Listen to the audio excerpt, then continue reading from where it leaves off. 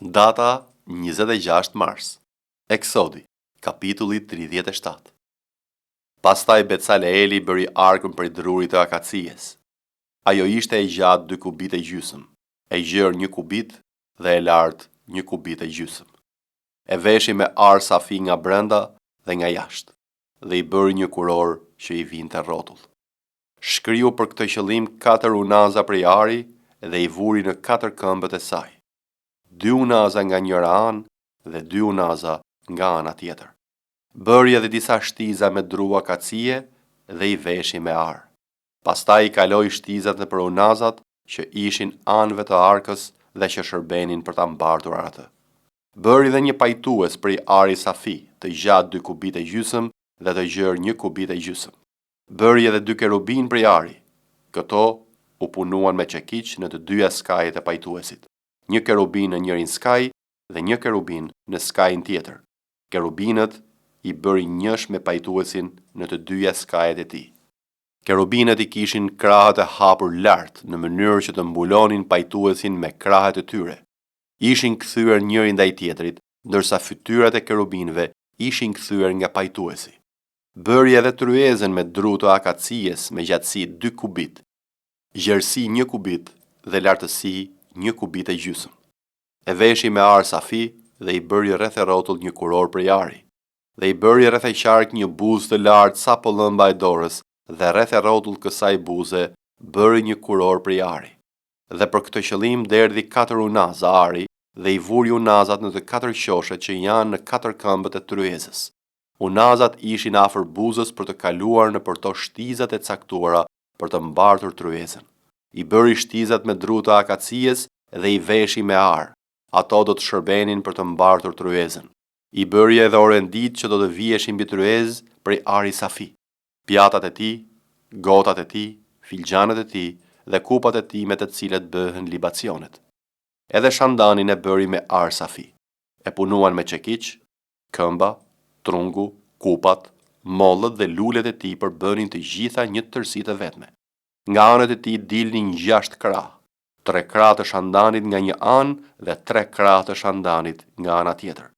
Mbi njërin krah kishte 3 kupa në formë bajameje, me një mollë dhe një lule. Në krahun tjetër 3 kupa në formë të bajames me një mollë dhe një lule. E njëjta gjë ndodhte për të 6 krahët që dilnin nga shandani. Dhe në trungun e shandanit kishte 4 kupa në formë të bajames me mollët dhe lulet e tyre.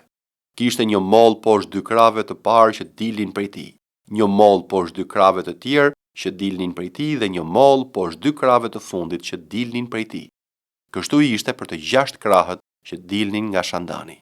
Këto mollë dhe këta krah përbënin një të tërë të vetme me shandanin. Gjithçka ishte prej ari safi të punuar me çekiç. Ai bëri gjithashtu 7 llampat e tij, zbrazësit dhe mbajtësit e tyre me ar safi. Për të bërë shandanin dhe të gjitha pjesët e tij përdori një talent ari të pastër. Pastaj bëri altarin e temjanit me dru të akacies. Ishte i gjatë 1 kubit dhe i gjerë 1 kubit. Ishte katror dhe kishte një lartësi prej 2 kubitësh. Brirët e tij përbënin një të tërë të vetme me të. E veshi me ar safi, pjesën e tij të sipërme, anët e tij rreth e qark dhe brirët e tij, dhe i bëri rreth e rrotull një kuror prej ari. I bëri edhe 2 unaza ari nën kuror, në të 2 krahët e tij. I vuri në të 2 krahët për të kaluar shtizat. Këto shtiza shërbenin për ta mbartur atë. Dhe i bëri shtizat prej drurit të akacies dhe i veshi me ar. Pastaj përgatiti vajin e shenjtë për vajosjen dhe temjanin aromatik të pastër sipas artit të parfumierit. Gjoni, kapitulli 16. Ju a kam thënë këto gjëra që të mos skandalizoheni. Do t'ju përjashtoj nga sinagogët. Madje po vjen ora që kushdo që t'ju vras do të mendojë se ai bën një shërbim Perëndis. Dhe do t'ju a bëjnë këto gjëra sepse nuk e ka njohur as Atin, as mua. Por unë ju a kam thënë këto gjëra që kur të vijë ora, të kujtoheni se unë ju a kisha thënë. Por këto nuk ju a pata thënë nga fillimi, sepse isha me ju. Por tani unë po shkoj tek ai që më dërgoi dhe askush nga ju s'po më pyet ku po shkon. Madje për shkak se ju a thash këto gjëra, trishtimi e ka mbushur zemrën tuaj. Megjithatë, unë ju them të vërtetën. është mirë për ju që unë të shkoj, sepse po nuk shkova, nuk do të vite ju ngushëlluesi, por po shkova, unë do t'ju dërgoj. Dhe kur të ketë ardhur, ai do ta bindë botën për mëkat, për drejtësi dhe për gjyq. Për mëkat, sepse nuk besoj në mua, për drejtësi, sepse unë po shkoj tek Ati dhe nuk do të më shihni më, për gjyq, sepse sundimtari i kësaj bote është gjykuar. Kam edhe shumë për t'ju thënë, por tani ju nuk mund t'i mbani. Por kur të vijë ai, fryma e së vërtetës, do t'ju prinë në gjithë të vërtetën, sepse nuk do të flas për i vetes, por do të flas atë që do të dëgjoj dhe do t'ju kumtoj ato që do të vinë. Ai do të më përlevdoj, sepse do të marr prej times dhe do t'ju akumtoj. Gjithë sa ka Ati janë të mijat. Për këtë ju thash se ai do të marr prej simes dhe do t'ju akumtoj. Edhe pak dhe nuk do të më shihni më. Edhe përsëri pak e do të më shihni, sepse unë po shkoj tek Ati. Atëherë disa nga dishepujt e tij i thoshin njëri tjetrit: "Ç'është kjo që po na thot? Pak dhe nuk do të më shihni më, dhe përsëri pak e do të më shihni, dhe sepse unë po shkoj tek Ati." Thoshin pra: "Ç'është kjo pak për të cilin flet? Ne s'dim se ç'flet." Jezusi pra e kuptoi se donin ta pyesnin dhe u tha atyre: "Ju po pyesni njëri tjetrin pse thash edhe pak dhe nuk do të më shihni më, edhe përsëri pak e do të më shihni? Në të vërtetë unë po ju them se do të qani dhe do të vajtoni, por bota do të gëzohet. Ju do të hidheroheni, por hidherimi juaj do të kthehet në gëzim. Gruaja kur lind ka hidherim, sepse i erdhi ora, por si ta lind fëmijën, nuk kujton më ankthin prej gëzimi që lindi një njeri në botë. Kështu edhe ju tani keni hidherim, por unë do t'ju shoh përsëri dhe zemra juaj do të gëzohet dhe askush nuk do ta heqë gëzimin tuaj nga ju. Dhe atë ditë ju nuk do të më pyesni më asgjë. Në të vërtetë po ju them se çdo gjë që ti kërkoni Atit në emrin tim, ai do t'ju jap. Deri tani ju nuk kërkuat asgjë në emrin tim. Kërkoni dhe do të merrni, që gëzimi juaj të jetë i plot. Ju a kam thënë këto gjëra në shëmbëltyra, por po vjen ora kur nuk do t'ju flas më me shëmbëltyra, por do t'ju flas haptas për Atin. Në atë ditë ju do të kërkoni në emrin tim, dhe nuk po them se unë do t'i lutem Atit për ju. Vet Ati ju do, sepse ju më deshet mua dhe keni besuar se unë dola nga Perëndia. Unë dola nga Ati dhe erdha në botë. Përsëri po e lë botën dhe shkoj tek Ati." Dishepujt e tij i thanë: "Ja, ti tani po flet haptas dhe s'po përdor asnjë shëmbëltyr. Tani ne njohim se ti di gjithçka dhe s'ke nevojë që ndokush të të pyes. Prandaj ne besojmë se ke dal nga Perëndia." Jezusi ju përgjigj atyre: "Tani besoni ju?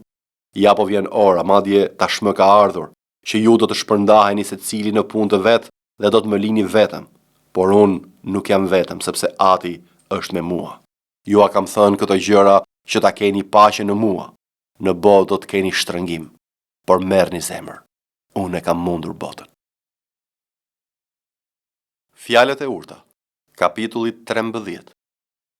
Një bir i urtë dëgjon mësimet e Atit të vet, por tallësi nuk e dëgjon qortimin. Nga fryti i gojës së tij, njeriu do të hajë atë që është e mirë, por shpirti i pabezëve do të ushqehet me dhunë. Kush kontrollon gojen e tij, mbron jetën e vet, por ai që i hap shumë buzët e tij, shkon drejt shkatërimit. Shpirti i përtacit dëshiron dhe nuk ka asgjë, por shpirti i atyre që janë të kujdesshëm do të kënaqet plotësisht. I drejti e urren gënjeshtrën, por i pabesi është i neveritshëm dhe do të turpërohet. Drejtësia ruan ata që ndjek një rrugë të ndershme, por pabesia e rrëzon mëkatarin. Ka nga ata që sillen si një i pasur, por nuk kanë asgjë. Përkundrazi, ka nga ata që sillen si një i varfër, por kanë shumë pasuri. Pasuritë e një njeriu shërbejnë për të shpërblyer jetën e tij, por i varfri nuk ndjen asnjë kërcënim. Drita e të drejtëve shkëlqen bukur, por llampa e të pabezëve do të shuhet. Nga krenaria rrjedhin vetëm grindjet, por dituria është me ata që u kushtojnë kujdes këshillave. Pasuria e përftuar në mënyrë jo të ndershme do të katandiset në pak gjë, por atij që e grumbullon me mund do t'i shtohet ajo. Pritja e zgjatur e ligështon zemrën, por dëshira e plotësuar është një dru i jetës. Ai që përçmon fjalën do të shkatërrohet, por ai që respekton urdhërimin do të shpërblehet. Mësimet e të urdhit janë burim jete për t'i evituar dikujt leqet e vdekjes. Gjykimi i mirë siguron favor, por veprimi të pabezëve është i dëmshëm. Çdo njeri i matur vepron me dituri, por budallai kapardiset me marrëzinë e tij. Lajmëtari i keq bie në të lashe, por lajmëtari besnik sjell shërim. Mjerimi dhe turpi do të vinë mbi atë që nuk pranon korrigjimin, por ai që dëgjon qortimin do të nderohet. Dëshira e realizuar është e ëmbël për shpirtin, por për budallënjtë është një gjë e neveritshme largimi nga e keqja. Kush shkon me të urtët bëhet i urtë, por shoku i budallëve do të bëhet i keq. E keqja përndjek mëkatarët, por i drejti do të shpërblehet me të mirën. Njeriu i mirë i lë një trashëgim mbi të bijve të tij, por pasuria e mëkatarit vjet me një anë për të drejtin. Ara e punuar e të varfërve jep ushqim me shumicë, por ka nga ata që vdesin për mungesë drejtësie. Kush e kursen shufrën urren birin e vet, por ai që e do e korrigjon me kohë. I drejti ha sa të ngopet, por barku i të pabezëve vuan nga uria. Efesianëve, kapitulli 6. Fëmijë, bindju një prindërve tuaj në Zotin, sepse kjo është e drejtë. Ndero atin tënd dhe nënën tënde.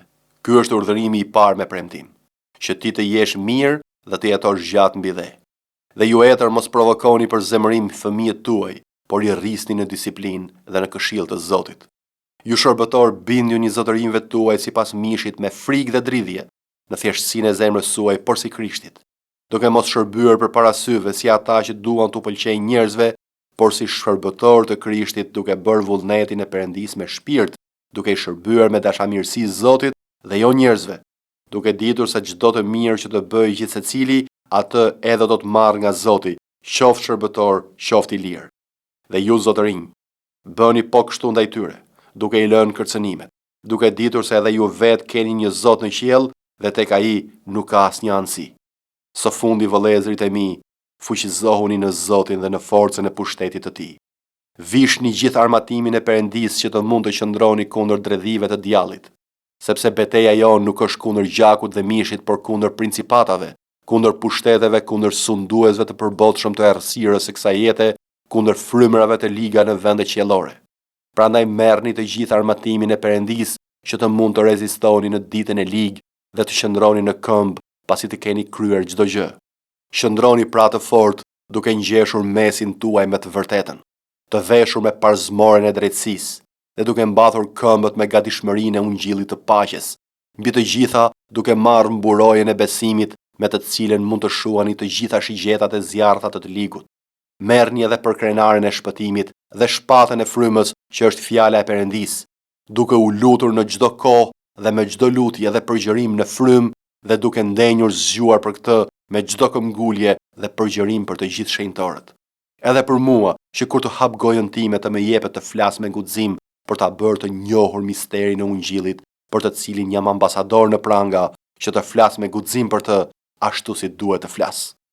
Por që ta dini edhe ju se si jam dhe çfarë bëj, Tikiku, vëllai i dashur dhe shërbenjësi besnik në Zotin, do t'ju a bëj të ditur të gjitha, të cilin e dërgova pikërisht për këtë te ju, që të dini për gjendjen tonë dhe që ai të ngushëlloj zemrat tuaja. Paqe vëllezërve dhe dashuri me besim nga Perëndia Atë dhe nga Zoti Jezu Krisht. Hiri qoftë me të gjithë ata që duan Zotin tonë Jezu Krisht me sinqeritet. Amen.